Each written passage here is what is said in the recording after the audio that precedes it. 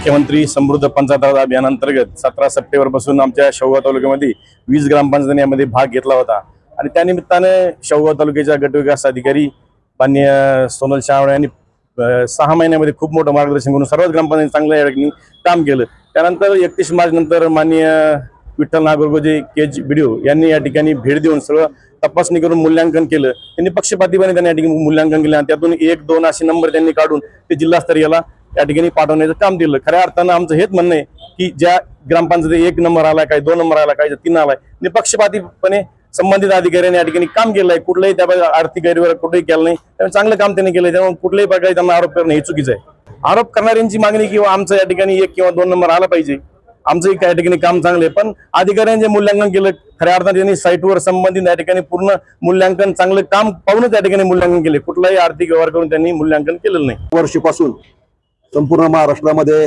मुख्यमंत्री पंचायत राज अभियान सरकारने या ठिकाणी महायुती सरकारने चालू केलेलं आहे आणि त्या अनुषंगाने जवळपास 55 बाबीवरती 58 बाबीवरती या ठिकाणी प्रत्येक ग्रामपंचायतीला कामकाज करायचं होतं। त्याप्रमाणे शेवगाव तालुक्याच्या गटविकास अधिकारी श्रीमती सोनल शहा मॅडम यांनी शेवगाव तालुक्यातील सगळ्याच ग्रामपंचायतीला आवाहन केलं होतं की तुम्ही याच्यामध्ये सहभाग नोंदवा।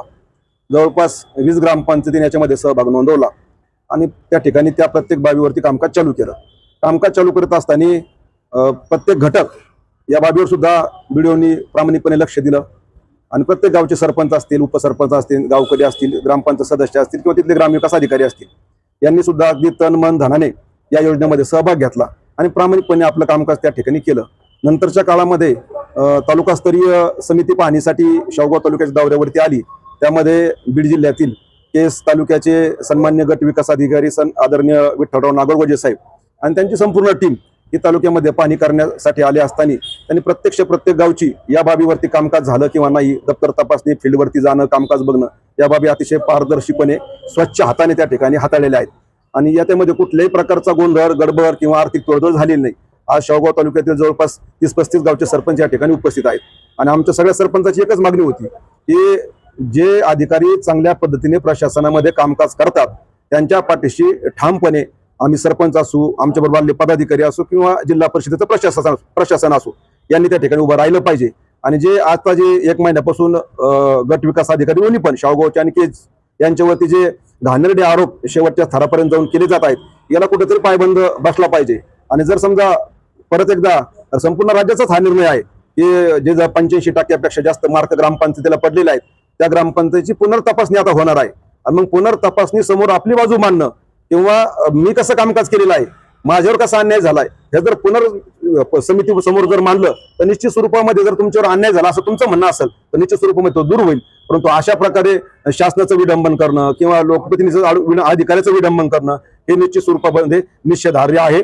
या गोष्टीचा निषेध करण्यासाठी आणि चांगल्या अधिकाऱ्याच्या पाठीमागे शिवून आपली ताकद किंवा प्रशासन म्हणून खंबीरपणे उभं राहिलं पाहिजे, याच्यासाठी आम्ही आज शेवगाव तालुक्यातील सर्व सरपंच, उपसरपंच, सदस्य आणि सगळे पदाधिकारी शिवून आम्ही आमचं निवेदन दिलेलं आहे। आता तुम्हाला सगळ्यांना सध्या माहिती आहे की वाघुलीचे माजी त्यांचे पती, त्यांच्या मिसेस त्या ठिकाणी सरपंच आहेत आणि ते उमेश भालसिंग म्हणून त्या ठिकाणी कामकाज पाहत आहेत। त्याच्याबद्दल आपलं दुमत नाही, परंतु निश्चित स्वरूपामध्ये त्यांनी कुठेतरी आता स्वतःला आवर घातली पाहिजे की जिथं मुख्यमंत्र्याच्या नावाने हे अभियान चालतंय आणि त्या मुख्यमंत्र्याचा उल्लेख तुम्ही जर रेड्याच्या नावावरती रेड्याच्या अंगावरती टाकत असताल आणि त्याला पांचट राज अभियान म्हणून जर संबोधित असताल तर निश्चित स्वरूपामध्ये राज्यामध्ये तुम्ही भाजपचे पदाधिकारी आहात, मुख्यमंत्री भारतीय जनता पार्टीचे आहोत, आम्ही अजितदादा गटाचे आहोत, तर आपल्याला समाजामध्ये लोक नाव ठेवतात। अशा पद्धतीने आपण या अभियानाचा दुरुपयोग केला नाही पाहिजे अशी आमची प्रामाणिक मागणी आहे।